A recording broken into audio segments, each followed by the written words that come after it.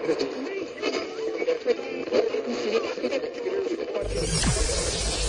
ready for unique, rare, and little-known treasures from the golden age of radio. You're listening to The Amazing World of Radio with Adam Graham.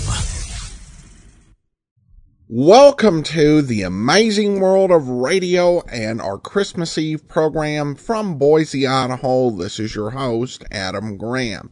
If you have a comment, email it to me, box13@greatdetectives.net. Well, in a moment, we're going to bring you an episode of a pretty rare series known as the Prudential Family Hour of Stars.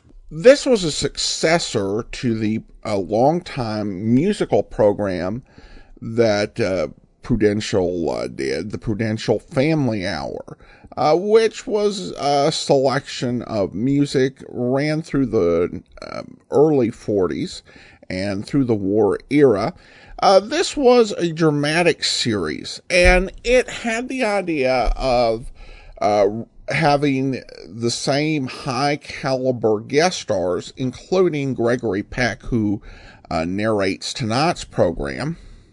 Others in that rotation included Humphrey Bogart, Barbara Stanwyck, Robert Taylor, Ginger Rogers, and Betty Davis. This was an increasingly popular format at the time, and eventually it would be seen on television with the Four-Star Playhouse. This is just one of 7 episodes of this particular series that survives from the 1948-49 radio season. Before we play that, we'll be bringing you a 1-minute episode of Ripley's Believe It or Not with a Christmas theme. And then we'll get this episode of the Prudential Family Hour of Stars. I will state in advance that essentially we just have the story portion, so no commercials, no introductions or interviews. So after Ripley's Believe It or Not, stand by for the Lullaby of Christmas, original air date, December 19th, 1948. Truth is stranger than fiction. And this is the proof. This is Ripley's Believe It or Not. Count Nesselrode was foreign minister of Russia for 40 years, yet he never learned to speak Russian. Believe it or not. In a moment, I'll tell you about a floating Christmas present. In December 1940, Mrs. A.E. Gadsby of Niagara Falls, Canada, mailed a Christmas parcel to her daughter in Prestwick, Scotland. The ship carrying the mails was torpedoed off the west coast of Ireland, but a favorable tide floated the package and unerringly cast it ashore on the beach of Prestwick. The contents were soaked, but perfectly usable. The address was still legible, and the package was delivered 2 days after Christmas. Believe it or not.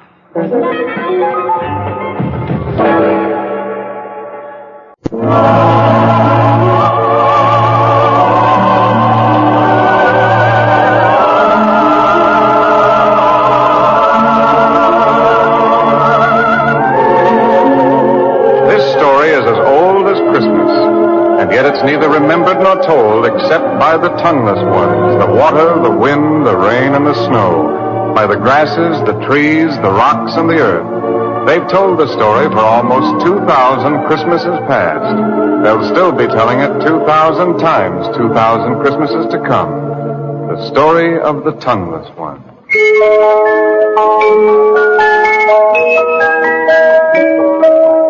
Whenever someone looked in his direction and bellowed, "Ayu," he came running because he was eager to please. But Ayu wasn't his name. No one knew from whence he came, or when, or how, or why. He may have been a forlorn and useless bit of jetsam from one of the caravans that were forever appearing and disappearing like mirages, with camel bells clanking and drivers howling for right-of-way through the narrow and crowded roadways of Bethlehem. Make way.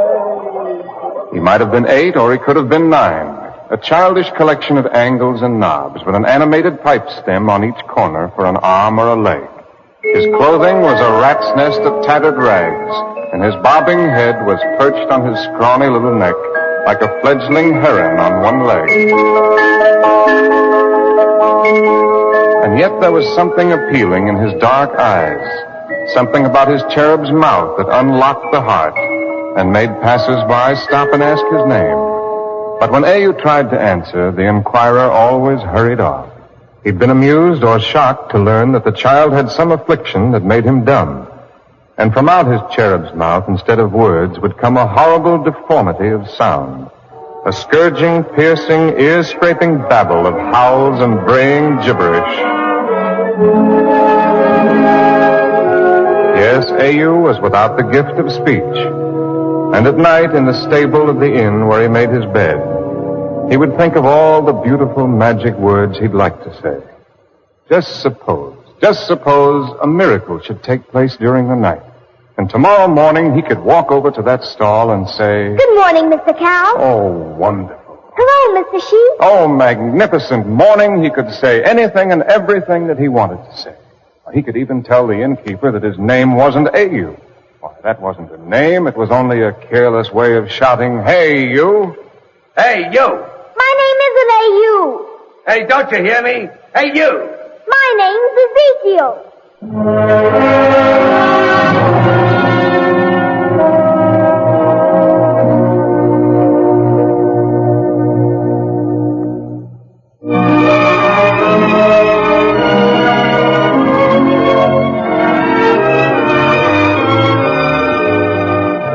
But the most stupendous, overwhelming thing of all, he'd be able to sing with every word and note so sweet and clear and perfect that everyone in Bethlehem would stand rock still to listen. He'd be able to sing with the other children when they played their games. Hop on the right foot, hop on the left foot, hop on the cherry coke and buy a fast hen. Yes, and he'd be able to sing right along with the foreign music maker, the one with the lyre and the tame bear, who walked the roadways and sang for coins. Oh, a Babylon maiden will hasten the hours with kisses of honey and cinnamon flowers. And at night at the inn, when the innkeeper and his guests were overflowing with wine and song, he'd never need to hide. Why, he could stand right by the fire and listen, because he could sing much better than anyone there. Oh, fill the bowl up to the brim, let memory blend with wine. And so each night, before A.U. closed his eyes, he said a prayer for the gift of speech and song, and faithfully promised, if God saw fit to grant these great blessings, that he would always speak words that were kind, gentle, and reverent. And he would always sing songs that were beautiful, joyful, and harmonious. Then he burrowed deeper in the hay, warm and content in his belief that in the morning, when the rising sun reached through the doorway and woke him up, he would open his eyes, and then he'd open his mouth, and very loudly and thankfully he'd say, "Oh, thank you, God. Thank you very much."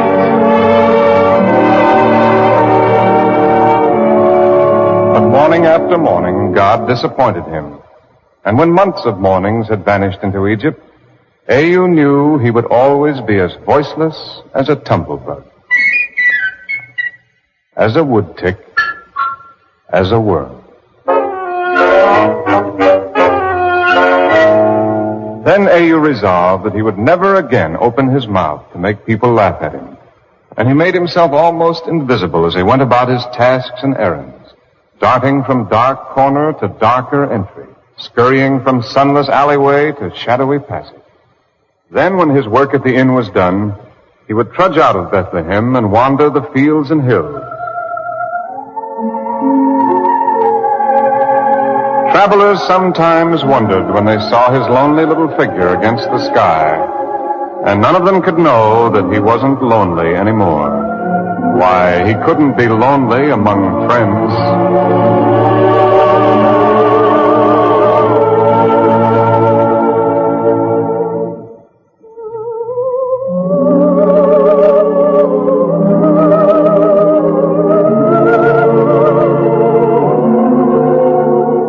For he discovered that a brook could chatter and prattle and sing to him. And if he answered, or even if he sang, the brook didn't care a ripple if the sounds he made were harsh and unmusical. It went right on, singing as joyfully as ever. Yes, and the winds were forever whispering or humming. Sometimes they shook the trees, and the trees tossed their great limbs and made every leaf and twig join in with the singing.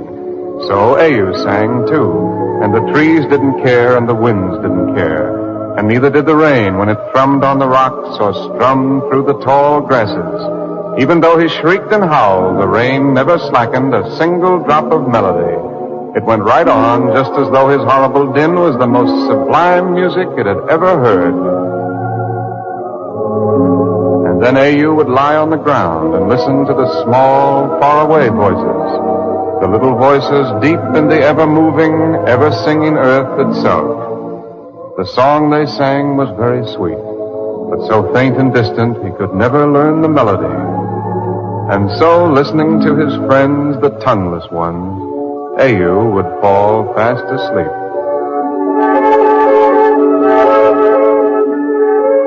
And in the days that followed, he was a little scarecrow stuffed with happiness. He was stuffed so full that it inflated his scrawny chest, puffed out his stringy neck, and stuck out of his eyes and his ears and his nose and his mouth. This friendship with the tongueless ones was so far above the miracle he'd asked for in his prayers that Au took a long time every night to thank God for his generosity. He thanked him so meticulously and particularly and abundantly that his small fingers developed a cramp, and on each round, knobby knee was a round, knobby callus.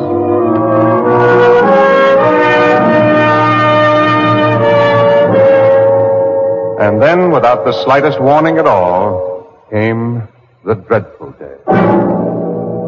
It began with the innkeeper kicking at the mound of hay where Au slept and bawling. Hey, you! Come out and get to work, you gibbering whelp of a puling camel!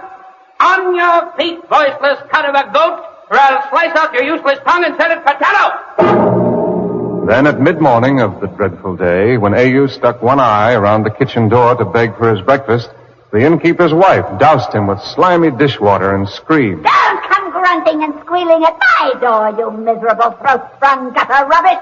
Take your pig patter to the swill trough and eat with the rest of the swine. And in the dreadful day's afternoon, as Au was racing through Bethlehem on one of his endless errands, a tired thong snapped on his sandal, and the sandal went skittering through the air and fell on the proud and helmeted head of a swaggering centurion.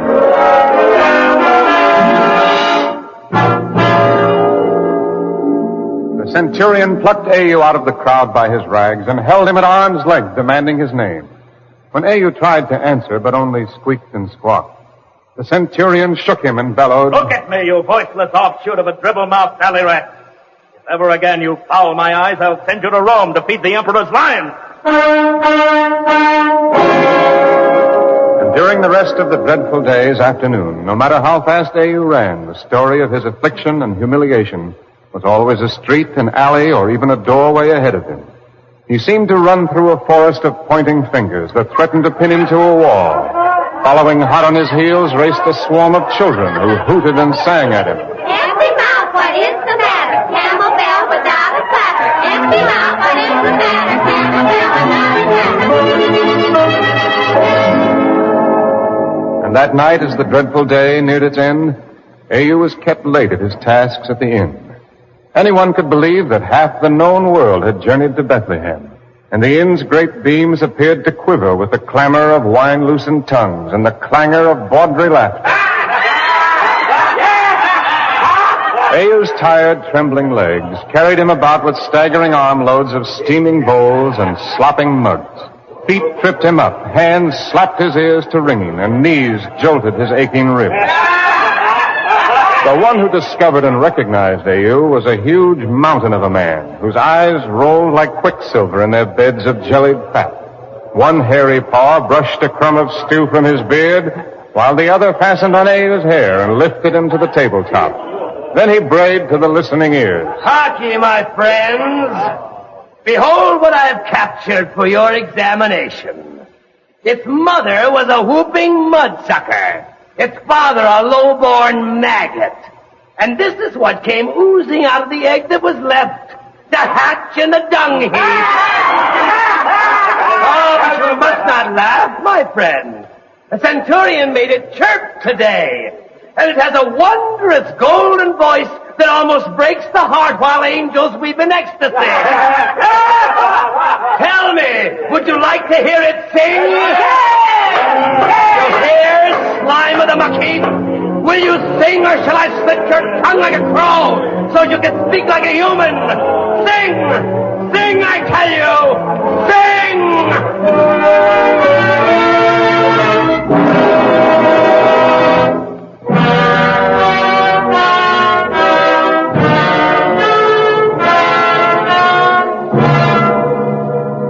So A.U. tried to sing, and at every tuneless howl, the crowd shouted its mockery. At every unmelodious screech, it roared its derision. At every discordant squeak, it loosed a thunderbolt of laughter that crashed and splintered on his head. His legs had no more strength than a blade of grass. His heart was a senseless, throbbing thing, and his mind was fear, and his body was shame, and his blood was tears. But he went on and on until the crowd had wrung the last outstanding guffaw, the final satisfying chuckle, the ultimate forced snigger from his wretched little body. And when it released him, he ran blindly off through the dark labyrinth of Bethlehem, a terror-stricken shadow racing for the quiet hills of the warm, comforting voices of the tongueless ones.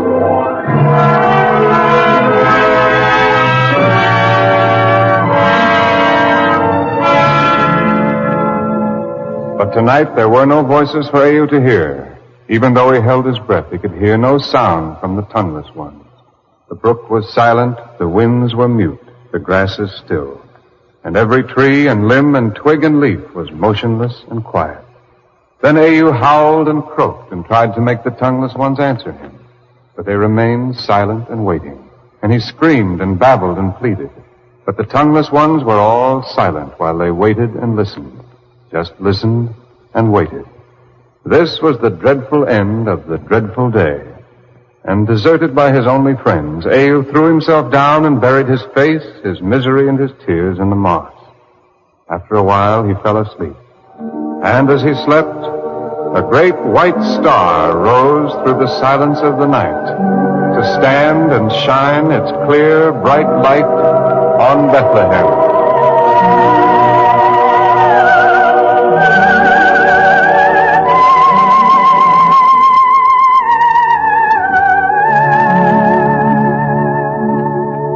It was close to morning when A.U. returned to the inn.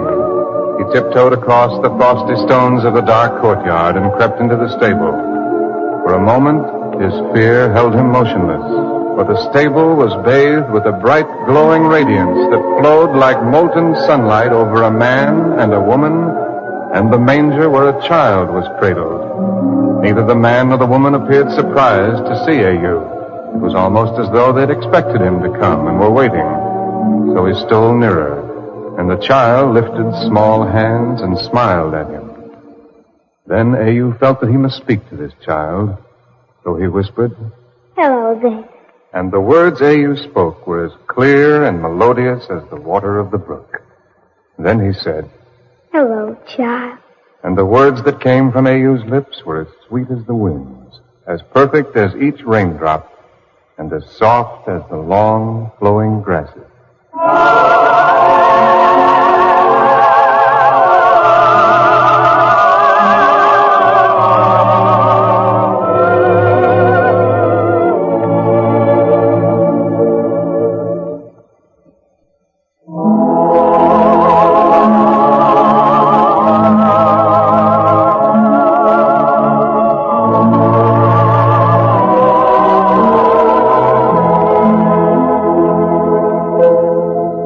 Then A.U. knew why he had been born, never to speak until this moment, and why the tongueless ones of God's world of water and earth and air had all sung to him, and why tonight they had all been still and silent and waiting.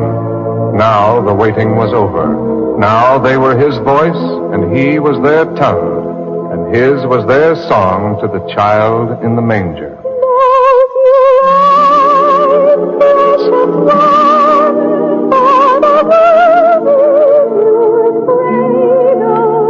Close your eyes, blessed babe, while we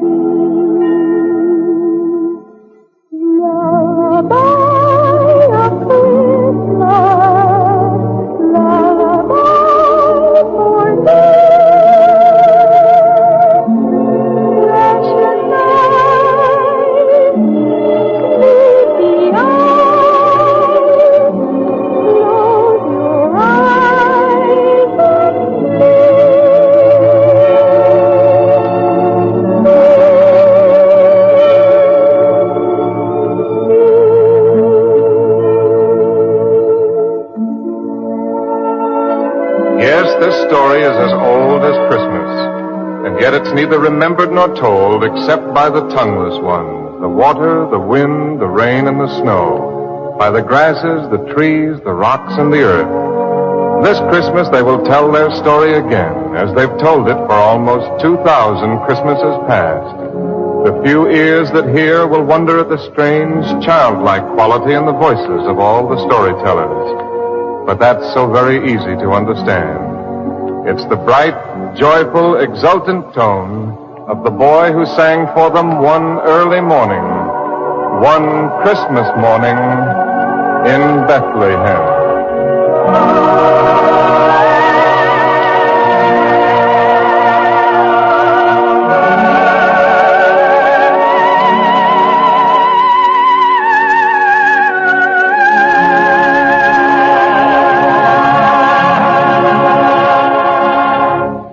Welcome back. Well, a very beautiful and moving Christmas story, and you definitely feel for Ezekiel as he goes through this story. It's definitely an ordeal, but with a really beautiful ending. So I definitely enjoyed this, and I was glad to bring this sort of long-forgotten Christmas story to you, and I hope you enjoyed it as well.